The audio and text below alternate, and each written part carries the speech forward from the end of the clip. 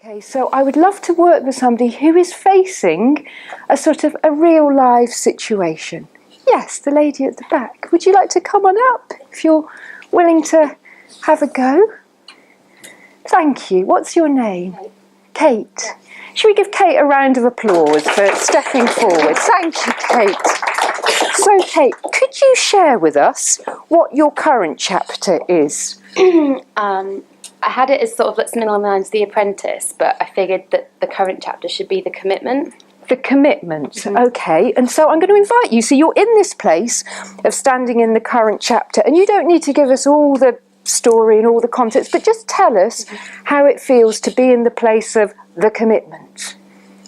Maybe I've got the chapter wrong, because what I really know is when you know what you've got to do, but you know that it involves a really full commitment, and maybe you're struggling to make that full commitment. Okay, so what I want you to do is I want you to make this really personal about you and speak about I. Yeah. So in this place I know, so just play that again with I. Okay. So in this place I know and I can see what actions will I need to take me to the next level, which is where I want to be. But I experience like kind of quite difficult or constant resistance where I find myself bouncing back and forwards off, the actions that I can see I should take and then what I can actually see through on a consistent basis. So in this place, you can see what you need to do, but you're meeting your own resistance to doing that. Okay, and this you're calling the commitment. Yeah. So I'm just going to invite you to step over there to that next chapter. And what did you call your next chapter?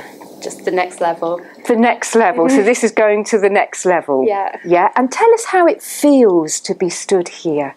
How does it? Just take a moment to really step into that place and tell us how it feels to be there. When I think about being there, it feels like exciting and, like you say, more expansive.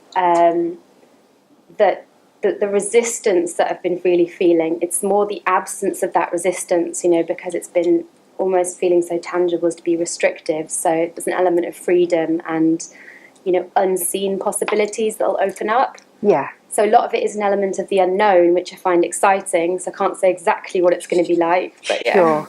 But in that unknown, it feels exciting and expansive. And like I'll have more choice in this area. Uh-huh. Yeah, and that I really want it, yeah. Okay. Like everything will be more in alignment. Very good. Mm-hmm. So this is good that Kate can feel this place as strongly as she can. And for those of you who've worked with things like the law of attraction or know the material in The Secret, it's often the feelings that magnetize the experience to us quickly. And in this exercise, it's about standing in that place and really feeling what the next grandest version of you looks like, okay? But Kate, for the moment, I'm going to invite you back over here, okay, in the place of the commitment. And what would you say, and maybe you've already named it, what would you say is your biggest obstacle from getting to there to here? What's your biggest obstacle? I've been thinking about this weekend because I was trying to... And I kept thinking, well, it's got to be fear, hasn't it? But then I'll be like, I don't feel really recognisable standards feelings of fear. I feel more like, yeah, let's do it. But I can't put my finger on, why is it, as soon as it gets past a certain stage in my comfort zone, there's something that really sort of feels like it throws me back. So I don't know if it's habit or if it's just really underlying fears of that unknown that I was excited about. I don't know. Okay. So I'm going to give you this obstacle. Thanks. And let's say that it might be some fear in there. Mm-hmm. What would you like to do with that obstacle? If you could choose to do anything at all with it, what would you do with it? I just went, eat it.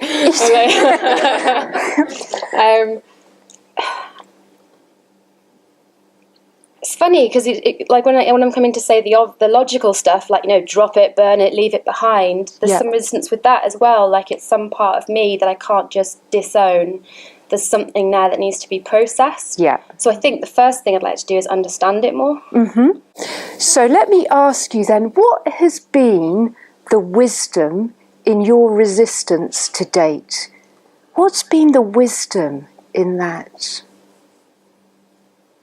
Yeah, someone asked me this question this weekend because I was saying I couldn't meditate very often I wondered why, and they were like, how does not meditating serve you? Oh, I don't really know.